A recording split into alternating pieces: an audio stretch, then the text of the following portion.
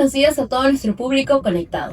Para muchas personas, creen que la política es un tema aparte. Sin embargo, para Aristóteles, el hombre por naturaleza es un animal político. Por lo tanto, toda persona que no le interese las decisiones que toma su gobierno no debería formar parte de una sociedad. Bienvenidos a Punto 360, un espacio donde analizaremos de manera minuciosa toda información política y de actualidad. Mi nombre es Ariana Casani y estoy acompañada de Nicole Parraguirre. Y ahora hablaremos acerca de las posturas tomadas por los jóvenes ante el contexto político actual que está atravesando el país. Hemos visto que a lo largo de los años el Perú se ha visto inmerso en muchas situaciones tanto políticas, sociales y económicas que ha afectado a la sociedad.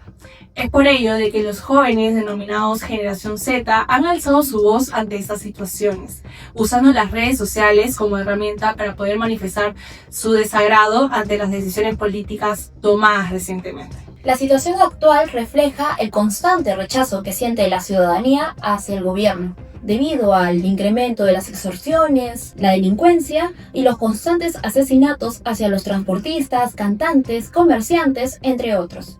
A ello se suma las ineficientes medidas que viene tomando el gobierno para poder frenar de cierta manera la ola delincuencial. Profundizando un poco más sobre la Marcha Nacional del 15 de octubre, según el portal web convoca.p, se tuvo la participación de estudiantes de más de 15 universidades, entre ellas la Universidad Nacional Mayor de San Marcos, la Universidad Agraria La Molina, la Universidad Federico Villarreal y también la Universidad Nacional de Ingeniería, además de otras casas de estudio. Y según lo que anunció la Autoridad de Transporte Urbano de Lima y Callao, más conocido como ATU, en sus redes sociales, comentaron que en varios puntos de Lima hubo choques de manifestantes y policías, al igual que cortes de avenidas por la movilización de los manifestantes y la suspensión temporal de las rutas de transporte. Así es, Nicole. Los manifestantes portaban banderas y carteles que reflejaban el rechazo hacia el gobierno. Además, quemaron frente al Congreso un violín gigante de cartón cubierto por una banda presidencial y lanzaron fuegos artificiales a la policía, que esta respondió con gases lacrimógenos y perdigones.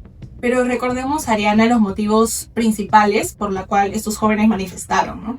El rechazo juvenil responde a las denuncias del presunto abuso sexual contra Gerí, ¿no? Él, recordemos que llegó a la presidencia de la mesa directiva del Congreso en julio de este año, pese a ser objeto de una investigación por presunta violación sexual, ¿no?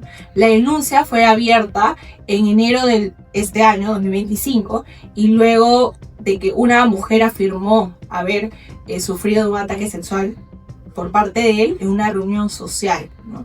Pero bueno, la investigación fue archivada en agosto por la Fiscalía debido a la falta de pruebas de ese suceso. Es muy importante lo que mencionas, Nicole. Entonces debemos de reafirmar que el presidente cuenta con 3 denuncias, ¿no? La primera por abuso sexual, la segunda por corrupción y la tercera también por posible tráfico de influencias. Entonces, la desconfianza e indignación de los jóvenes surge desde que Gerí siempre ha negado estas acusaciones. Y en cuanto a las acusaciones de corrupción de Gerí, podemos comentar de que un programa de televisión local denunció en julio de este año al congresista de estar vinculado a pagos irregulares para beneficiar un proyecto en Cajamarca, cuando era presidente de la Comisión de Presupuesto del Congreso. Gerí, otra vez, al igual que las acusaciones del abuso sexual, él negó otra vez estas acusaciones y argumentó que fueron maniobras del gobierno para poder dañar su reputación. Ahora, enfocándonos en las manifestaciones, podemos decir que la última manifestación tuvo consecuencias bastante negativas, ¿no? En donde resaltó la participación del gremio de la Generación Z. Lamentablemente, esta cobró la vida de un manifestante llamado Eduardo Mauricio Ruiz, ya que recibió un disparo con arma de fuego en la Plaza Francia. Después fue llevado al Hospital Arzobispo Loaiza, donde llegó sin signos de vida, informó el Ministerio de Salud.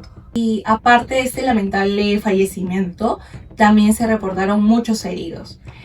Según el Ministerio de Salud, hubo hasta El día siguiente, el 16 de octubre, 29 ciudadanos heridos en las protestas del centro de Lima, ¿no? La policía también reportó que hay más de 80 heridos, mientras que la cifra de ciudadanos que fueron agredidos superaba los 30 casos hacia el 17 de octubre. Ahora pasaremos a escuchar los testimonios de jóvenes que asistieron a las manifestaciones. Bueno, el sistema político actual lamentablemente un poco crudo puede sonar, está algo podrido, ya que lamentablemente ha sido una descendencia que las anteriores generaciones nos han dejado. Ahorita no estamos para criticar, más bien para ayudar y resolver. Y el sistema político ahorita que tenemos no nos representa para nada. No es el mejor y realmente estamos yéndonos a la ruina debido a eso, en varios aspectos, ya sea por la corrupción o por lo ilegal que está pasando. Un ejemplo muy grande podría ser la minería ilegal, porque está afectando de manera muy brusca al Perú actual, por el que vendría a ser el ambiente, los ecosistemas. Ahorita el gobierno que exigimos primero es la renuncia del presidente que tenemos ahorita, ya que lamentablemente tiene antecedentes de corrupción presentes. Incluso hay gente que se sale olvidando que esa persona justamente archivó los casos de la presidenta Dina, de sus denuncias, que tenía acerca de los fallecimientos de los 50 protestantes en Juliaca. Y a raíz de eso tiene muchas cosas más que tiene ese presidente. Pues evidentemente, porque si nosotros no hacemos nada, este va a ser el Perú donde estamos viviendo. ¿Qué más nos espera en el futuro? La corrupción ya viene de años. Si no hacemos algo ahora, ¿quién más lo va a hacer? ¿Por qué tenemos que marchar ahora? Porque como dice el dicho, si no se hace ahora, nunca se va a hacer. Lamentablemente hemos tenido ese dicho que hemos normalizado tanto la corrupción que ahora estamos pagando platos rotos por eso. Podemos ver las extorsiones, la cobra de cupos, los asesinatos a personas que nunca se había visto tanto en una sola época, en un solo tiempo. Y es algo que sinceramente no se puede permitir. O sea, como generación Z marcamos lo que se llama empatía. Por convicción, por coherencia, porque lo hemos hecho desde que empezaron todas estas movilizaciones de pandemia. Y bueno, han habido movilizaciones el 2023, donde hubo un tema de asesinato a algunos hermanos al interior del país, y desde ahí hemos salido a marchar hasta el final. En cada marcha hemos dado nuestra voz de indignación, y a pesar que ahora la presidenta ha sido vacada, considero que aún todavía este tema aún no está saldado y creo que merece ser escuchado al gobierno de turno, ¿no? Yo tengo 22 años, justamente pertenezco a la generación Z como integrante. La verdad es un orgullo poder que muchos jóvenes estamos alzando la voz más que nunca, ya que anteriormente él decía que el joven no estudiaba, que el joven no trabajaba, que era un vago, que esto, que el otro. Pero en realidad somos jóvenes que incluso que marchamos, estudiamos, trabajamos, incluso emprendemos. Somos jóvenes que orgullosamente queremos defender nuestro país. Como dicen algunos, no queremos heredar un país en ruinas. Bueno, los gremios de generación Z están divididos así por varios colectivos. Está como colectivo JLP, colectivo UPEC, o sea, hay diferentes colectivos que forman la integración de la generación Z. No es que ahorita se haya formado ahorita por sí un bloque como los bloques universitarios, pero justamente ahorita está en formación para que pueda crecer una sola fusión más que nunca. Es una decisión personal de cada uno de ustedes. Lo que sí puedo pedirles es mucha autocrítica y sensibilidad, conciencia en su realidad, y cada uno tome la posición que tome, pero con mucha conciencia, ¿no? No sigan siempre la influencia de las demás personas, formulen su propio criterio, no interesa qué posición tomen, siempre y cuando tengan un criterio propio. Eso es lo que pediría, y creo que cuando se trata de la vida, al final todos llegamos a la misma conclusión, y es donde vamos a estar como ahora, ¿no? Después de haber escuchado estos testimonios, podemos decir que la generación Z es una generación que ya no cree en los discursos, ¿no?, ni en las promesas de los políticos actuales. Además que ellos salen a las calles a manifestarse porque desean un cambio lo más antes posible. Y recordemos, como lo comentamos al principio, que esta generación ha vivido rodeada toda su vida de tecnología, ¿no? Por lo que ahora usan esas herramientas digitales para poder protestar y alzar su voz y manifestar su molestia y buscar cambios también, ¿no?, con respecto al contexto político actual en el Perú. Ahora analizaremos la diferencia entre el gobierno de Dina Boluarte y el gobierno actual del presidente interino José Gerí. Así es, y también recordemos las declaraciones más inoportunas de la expresidenta Dina Boluarte frente a estas protestas. Según el portal de noticias Infobae, durante el primer gobierno de la exmandataria Dina Boluarte, es decir, desde el año 2022 hasta el año 2023, se produjeron aproximadamente más de 1.100 manifestaciones. Y de tales manifestaciones, 755 fueron para el Poder Ejecutivo y 180 contra el Congreso, ¿no? Esta situación deplorable evidenciaba justamente esta inestabilidad política que se encontraba el país. A ello hay que sumarle la baja aprobación que tenía Dina Boluarte, ¿no?, que apenas llegaba a un 3%. Y cómo no recordar cuando la expresidenta acudía a algún evento o a algún lugar y las personas le gritaban frases de rechazo contra ella. Ahora, partiendo de las manifestaciones acontecidas en ambos gobiernos, hay que mencionar que la protesta más grave que tuvo el gobierno de Dina Boluarte es cuando ella asume el poder, dejando un saldo de 61 fallecidos, entre ellos 49 civiles, en donde se evidenció gran represión policial y de las Fuerzas Armadas. Además, esta violencia se vivió más en el interior del país, como en provincias como Ayacucho, Purímac, La Libertad, Arequipa y Junín. Esa situación es muy indignante, Ariana, porque la mayoría de las muertes fueron causadas por disparos de proyectil y 2 de las víctimas fallecieron lamentablemente por las bombas lacrimógenas. Por ello que la Federación Internacional de los Derechos Humanos y Asociación Pro Derechos Humanos solicitaron que se abra una investigación ante la Fiscalía de la Corte Penal Internacional por los más de 900 heridos y los actos de agresión hacia los manifestantes en las protestas del 2022. Es evidente entonces de que hubo una represión policial durante las protestas hacia el rechazo de Dina Boluarte como una nueva mandataria, ¿no? Donde hubo violencia indiscriminada y cobró la vida de muchos militares y manifestantes. También es oportuno recordar en este momento las declaraciones de Dina Boluarte cuando catalogó a los jóvenes fallecidos como presuntos terroristas. Es bastante frustrante que nuestras autoridades tengan desconocimiento de la realidad y falta de empatía, ¿no? Y que no se preocupen por la vida de sus ciudadanos. Entre los fallecidos había un adolescente de 15 años y un joven de 18 años llamado Bekan Quispe. Su hermana declaró que era un estudiante y deportista, y es evidente que estos 2 jóvenes no eran terroristas. Y se debe mencionar también que el 11 de septiembre de este año, la Comisión Permanente del Congreso archivó la denuncia hacia Dina Boluarte, donde se sustentaba como responsable de las muertes y heridos en las protestas entre el año 2022 y 2023. La denuncia incluía a Pedro Miguel Angulo Arana, ex titular de la presidencia del Consejo de Ministros, Luis Alberto Ontarola Peñaranda, ex titular de las carteras del Ministerio de Defensa y la presidencia del Consejo de Ministros, los exministros del Interior, César Augusto Cervantes Cárdenas, Víctor Eduardo Rojas Herrera y Vicente Romero Fernández, así como al ex titular de la cartera de Defensa, Jorge Luis Chávez Cresta. También debemos destacar que el actual presidente José Gerí fue el responsable de firmar el informe que recomendaba archivar la denuncia hacia Dina Boluarte, ¿no? Y es por ello que lo criticaba por haber brindado el blindaje político a la exmandataria y de obstaculizar la justicia para las víctimas de la represión. Entonces, Ariana, podemos decir que el accionar de las Fuerzas Armadas, particularmente de la policía, fue muy similar en ambas manifestaciones contra Dina Boluarte y José Gerí. Y se debe mencionar que el presidente José Gerí intentó responsabilizar a un grupo reducido de manifestantes que habían provocado caos en las protestas, a diferencia de Boluarte, que los acusó de ser terroristas o vándalos. Así es, pero también tenemos que destacar la diferencia de accionar entre el presidente Gerí y la expresidenta Dina Boluarte. Por ejemplo, el gobierno actual, después de las manifestaciones, estableció el estado de emergencia el día 22 de octubre para Lima y Callao con un plazo de 30 días. Lo que llamó bastante la atención es que lo afirmó 3 horas antes de que entrara en vigor la medida. Además, durante el estado de emergencia, lo hemos visto visitando comisarías, puestos de comando de diferentes distritos de la capital. Y cómo olvidar cuando visitó una comisaría y no encontró al comandante. Efectivamente, el último 7 de noviembre se agregaron más medidas complementarias para el estado de emergencia, como ya lo había anunciado el presidente Gerí. Las mismas fueron publicadas en el diario El Peruano. Algunas de las medidas fueron apoyo que los cadetes de la PNP y las Fuerzas Armadas brindarán en comisarías y en puntos estratégicos. También se ha contemplado que por vía satelital se vigilen los penales y zonas aledañas, ¿no? Y las instituciones del Estado.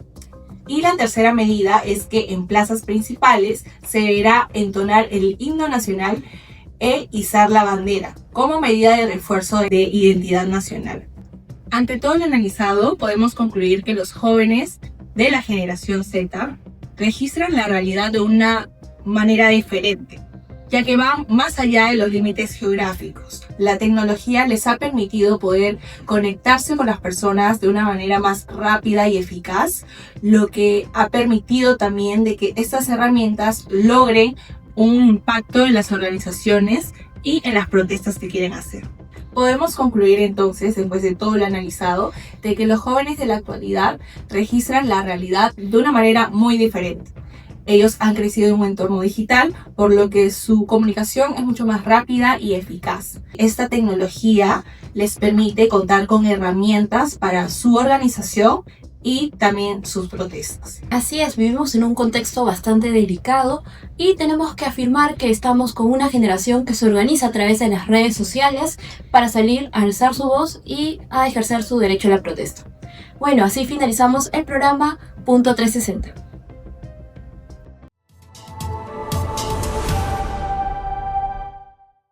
Muy buenas tardes al público querido. Aquí me encuentro con el periodista de investigación José Miguel Hidalgo Rodríguez, quien nos va a dar más que nada un contexto sobre la opinión de los jóvenes acerca del contexto político que se vive actualmente en nuestro país. Muy buenas tardes, profesor. ¿Cómo estás? ¿Qué tal? Buenas tardes.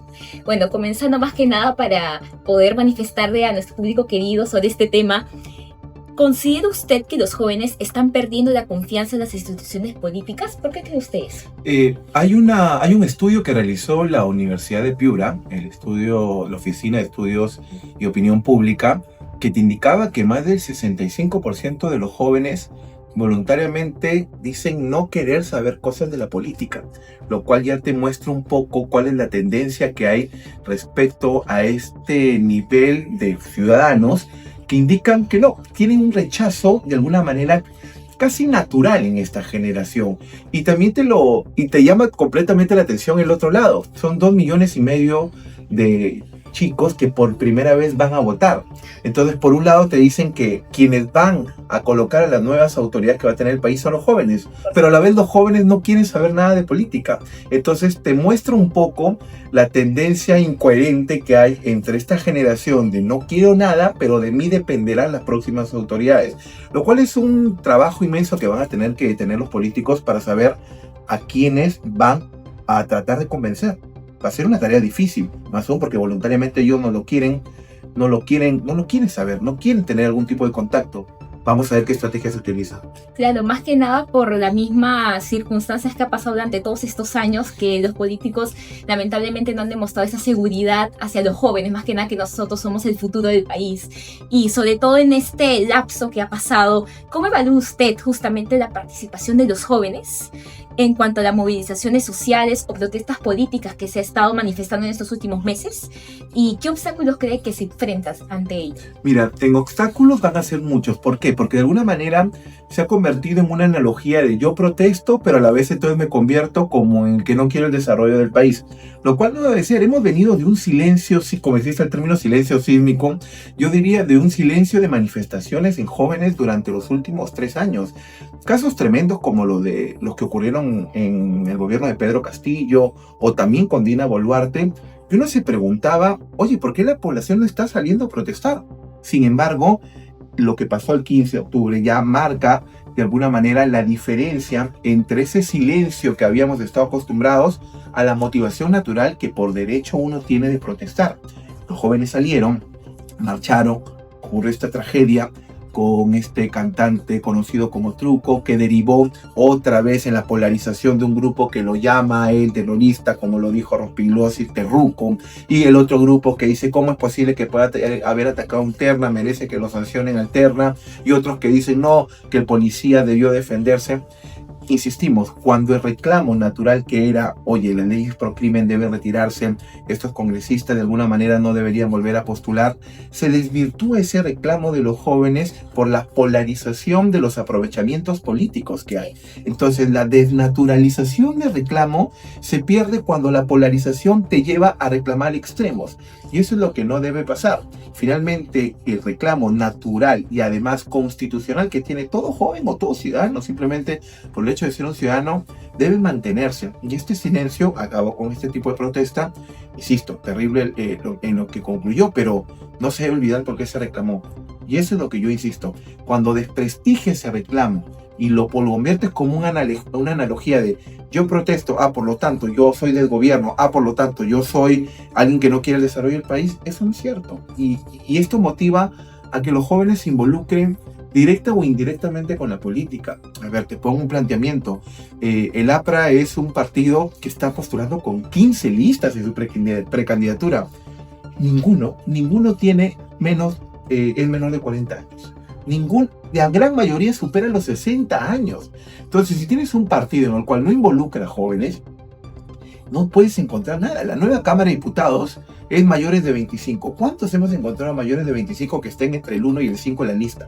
Ninguno. La gran mayoría son personas mayores. Entonces, esto te demuestra que no es que no sea solo el joven el que quiere entrar a la política, sino que tampoco se le da oportunidad. Claro, exactamente, profesor. A veces justamente los jóvenes tienen más bien ese recelo de poder dar su potestad o una acción que pueda dar como que algo positivo al país, debido a que justamente hay tantas restricciones ante ello que lamentablemente hasta ahorita se sigue viendo ese resultado. ¿Y usted cree que más que nada en esto que hemos estado hablando y todo ello en torno a lo que es el contexto político, ¿no? Los medios de comunicación, ¿cómo visibilizan lo que son las voces de los jóvenes ante este debate político que ha estado abordándose en este contexto? Mira, yo diría que es súper difícil, te lo digo por dos motivos. La marcha de la generación Z. Ok, busquemos al vocero, ¿quién es? Nadie levantaba la mano, no, que no tenemos vocero, que todos somos. Y toda marcha tiene que tener un representante que se le identifique. Te guste o no, necesita humanizar a una institución, en todo caso a una asociación o a un grupo. Tú necesitas demostrar quién es su representante, pero no lo había. Entonces, si yo digo, oye, no lo encuentro, ¿con quién converso? Los medios empezaron a hablar con uno, pero en Twitter decían, no, él no nos representa. Entrevistaban a otro, no, él no nos representa. ¿Con quién lo hacemos? Hoy día salió en CPI una encuesta que el 65.2% de la población encuestada respaldaba la marcha de la generación Z. Lo que pasó en Paraguay, lo que pasó en México, también se ha repetido con el tema generación Z. Entonces, yo insisto, hay que despertar en el aspecto de darle voces a reclamos. No llevemos a la analogía que protesta es igual a desorden o a desgobierno, no. Es escuchar a los jóvenes en una coyuntura política donde te demuestra lo que está pasando ahorita, que no hay presencia juvenil hoy haciendo política. No la hay. Tú vas y buscas en el partido APP de Acuña, encuentras algunos jóvenes, que son gente que tiene ahorita cargos públicos en oficinas que ni siquiera sabíamos que existían. Entonces, termina siendo como un aprovechamiento laboral, sí, más como que una inscripción de partidos. Hoy tú te das cuenta que hay un candidato y no sabes ni su partido, porque no hay vida política, no hay vida partidaria. No me vas a decir que Philip Butter es partidario de muchos años de Avanza País, o no me vas a decir que Carlos Álvarez, ¿cuál es su logo? Nadie tiene ni idea del logo de Carlos Álvarez. ¿Cuál es? No lo saben. Es la carretera que va hacia el lado derecho. Y eso insisto, porque no hay vida partidaria. Y si tú dices, ¿qué partidos sí tienen vida partidaria? Pues uno responde el APRA. Pero claro, ves a señores de 70 años postulando por octava vez. Mauricio Mulder, Jorge del Castillo, Velázquez Quesquén, gente que gobernó en los 80, ¿me entiendes? De los 80 cuando no nacía. Eso te lleva a pensar en qué momento se está pensando en la política, vida partidaria y jóvenes. Eso no está existiendo y es lamentable, preocupante en algún aspecto, porque quieras o no, va a tener que seguir existiendo la política, y si no hay jóvenes en la política, va a quedar en lo mismo de hace años. Claro, justamente necesitamos, suena duro, pero otra vista para poder más que nada hacer que el Perú pueda dar un cambio a este contexto. Y justamente lo que se ha estado dando, ¿no? ¿Cómo usted considera que la crisis política que se está viviendo actualmente influye en cuanto a las expectativas y decisiones de la vida de los jóvenes? Por ejemplo, en el caso de la educación, el empleo, o en el caso de la migración, ya que ha habido bastantes jóvenes que han estado migrando debido a la inseguridad que se está viviendo. No solo la seguridad, sino las oportunidades laborales que hay. Y esto también parte de, a ver, lo digo en buena onda para todos y los jóvenes también los respeto, pero hoy hay una idealización del puesto laboral para muchos jóvenes, que lo he estado viendo hasta en redes sociales, cuando uno cree que saliendo de la universidad voy a tener un puesto laboral de más de 8,000 soles. Es decir, yo he visto videos de chicos creyendo que va a ganar más de 7,000 soles, 10,000 soles con un año después de haber salido de la universidad. Entonces, ¿qué ocurre? Las pocas opciones laborales que puedas tener en el país te llevan a pensar en lograrlo fuera, en el extranjero. Hoy, la posibilidad con las relaciones diplomáticas que tiene el Perú te permite irte ya a Europa sin necesidad de una visa. Entonces, hay una tendencia a la migración hacia España, por ejemplo, para poder buscar nuevas oportunidades. Hoy Europa también tiene una escasez de profesionales, entonces empiezan a contratar no solo mano de obra, sino ya profesionales de América Latina. Entonces te abre los ojos. Antes no teníamos la oportunidad que hoy tienen muchos jóvenes de comprarse un pasaje a Europa. Entonces, si existe la posibilidad y puedes migrar y tienes una bolsa como para sobrevivir 1 año, 6 meses, pues te mandas al extranjero. Y ese es el gran problema, que estamos viviendo ahorita una escasez de profesionales en el Perú. Y está ocurriendo algo muy grave. Por ejemplo, algo tan básico en el transporte. Tú sabes que no hay choferes en el Perú. Es decir, a ese nivel que no estamos teniendo ya nadie, un chico cuando sale del colegio, y insisto, con todo respeto, ¿no? Pero nadie quiere ser agricultor como su padre, porque ven como que no he progresado. Y vamos a llegar a un nivel donde no tengamos agricultores en el Perú. Y recuerda que necesitamos de la agricultura para vivir en el Perú. Somos agroexportadores. Y si tú ya ves como que ser como tu padre, que fue pescador o fue agricultor, lo ves como menos, vamos a tener un grave problema. Y de la misma manera ocurre en el aspecto, como te digo, de ser un conductor o algo. No te digo que los jóvenes anhelen solo ser eso, pero sí te digo que hay una escasez de profesionales en el Perú que no lo estamos sabiendo medir. Y más aún con la tendencia de yo ya no quiero trabajar para alguien, quiero abrir algo mío o quiero irme a Europa. Y eso provoca que en el Perú no tengamos profesionales de buen nivel, jóvenes recién saliendo de la universidad. Tenemos que mirar eso, y también es responsabilidad de las universidades ver cómo el mundo académico puede aportar profesionales de gran calidad en el mundo laboral peruano. Claro, justamente usted mencionó sobre que Europa posee eso de estas ofertas, ¿no? Las flexibilidades para acceder a la educación. Justamente también Canadá había dado la posibilidad de que las personas puedan ir allá a poder estudiar y también laburar, y sobre todo también hacer como que tener una familia allá para poder, justamente el Estado proponía te pagan por tener hijos eso, allá. Te pagan por tener una familia. Entonces, ¿cuántos jóvenes por ejemplo, de Perú o de otros países, se puede decir, tercerizados, van allá para poder dar un impulso a la economía? Y lo que necesitamos aquí en el Perú son profesionales de alta gama para que justamente cambiemos esa perspectiva. En la generación de la profesora Carmen, por ejemplo, tú tenías un familiar que estaba en el extranjero y listo.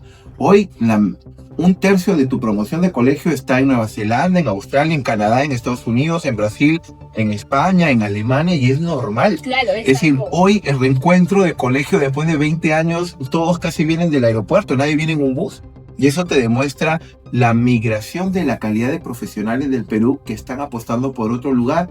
Porque, seamos sinceros, antes no había la oportunidad económica, hasta la oportunidad de hablar otro idioma. Era como que el genio del salón podía hablar inglés. Hoy ya se tiene la oportunidad que la gran mayoría lo haga. Eso habla muy bien de estos profesionales, pero también te dice quién está pensando en retener el talento del Perú. Claro. Y eso sí es responsabilidad de nuevos políticos en el Perú, que piensen en eso, en los jóvenes. Y seamos sinceros, ¿cuántos de ustedes, si les dan la oportunidad, no quisieran irse al extranjero? Probablemente le valorías. Claro, o sea, ponemos tanto los pros y los contras, y bueno, en el extranjero hay más pros, si se puede decir, porque justamente están más avanzados en el sistema educativo y también en el sistema de apoyo hacia los estudiantes. Entonces esperemos que en algún momento se pueda dar ese cambio, y sobre todo en nuestro país poder seguir acá floreciendo lo que son los profesionales. Ojalá. Y sobre, más que nada, usted, ¿no?, considera desde su punto de vista, ¿qué papel cree que podrían jugar los jóvenes en una posible transformación política del país? Grande. Yo creo que es tremendo lo que se podría venir, pero insisto, con jóvenes que hayan decidido tener una formación partidaria. Pocos conocen de la importancia de verdad elegir estar en un partido político. Yo te quiero hacer un comparativo. En otros países un poco más desarrollados en el aspecto de democracias y representación, la vida partidaria es una obligación. Canadá tiene instituciones que forman a todas las autoridades. Es decir, tú no puedes ser autoridad en Canadá si no has estudiado en ese instituto de formación política. Y esto ya te dice mucho de cómo apuestan en el extranjero para los jóvenes que se puedan formar. Acá en el Perú, para ser diputado, y esto va a ser nuevo para los jóvenes porque van a votar por primera vez con la bicameralidad, A ver, tú para ir a una discoteca acá en el Perú, tienes más restricciones que para ser diputado en el Perú. Así, literal te lo digo. Tú para ser jefe de serenazgo de una municipalidad chiquita en el Perú tienes más requisitos que ser diputado. Para ser diputado hay que tener más de 25 años de haber nacido en Perú. Listo, con eso puedes ser diputado. Sin embargo, para ser, no sé, subgerente de defensa civil de la municipalidad de Caraballo, te pides 5 años de experiencia, necesitas tener una carrera semejante, tienes que haber tenido recomendaciones. ¿Y qué pasa? Entonces, ¿por qué representar al país termina siendo más fácil que cumplir una función tan pequeña? Otro detalle importante. No hay incentivo de lo cual te pueda motivar a dedicarte a la política. Para hacer, por ejemplo, tú te inscribes nomás y empieza una vida partidaria, pero ¿cómo lo pagan? Poniéndote como un cargo público en alguna municipalidad de tu partido que esté de moda o que esté gobernando. Sí. Entonces, ese es el gran problema. Ven a la política muchas veces hoy como una oportunidad de negocio. Venden cupos para postular. Es decir, tú compras de alguna manera el partido para poder postular en una elección. ¿Cuántos, y vuelvo a repetir, cuántos años tiene Philip Butter en Avanza País? ¿Cuántos años tiene Carlos Álvarez en el partido que está postulando? ¿Cuántos años tiene Carlos Spa? ¿Cuántos han hecho vida partidaria? Te digo rápidamente, solo hay 4 partidos que podríamos recordar que tienen alguna manera presencia histórica. Si no nos gusta Fuerza Popular, yo no comparto mucho con ellos, pero es un partido, claro, quieras o no. Alianza para el Progreso, tampoco comparto, pero es un partido. Pero mira, Podemos Perú ahorita está Pepe Luna, que fue de Solidaridad Nacional. Está el abogado Noblecilla, que estuvo en Perú Libre, que después se pasó a otra representación con los maestros y ahorita va a postular como vicepresidente de un partido que hasta piensa diferente a su ideología política. Es una mazamorra lo que tú ves ahorita en los partidos políticos. Tú no entiendes cómo es posible que estén postulando. John Forsyth postuló por Renovación Vecinal, ahora está en Somos Perú. No entiendes cómo tú... ¿Cómo puedes representar un partido? Claro. Si es que ni siquiera se estaba inscrito más de 10 años en él. Entonces un joven va a decir, ¿qué voy a hacer vida política? Es como la elección, no me gusta el vestido, elijo una blusa. Más que nada debería como... O, por ejemplo, en Estados Unidos, o demócrata o republicano, y se mantienen ahí. Allá funciona el sistema bipartidista, pero no vayamos tan lejos, miramos Chile. Chile funciona bajo un sistema binominal, y que yo creo que eso sería mucho más importante para el Perú.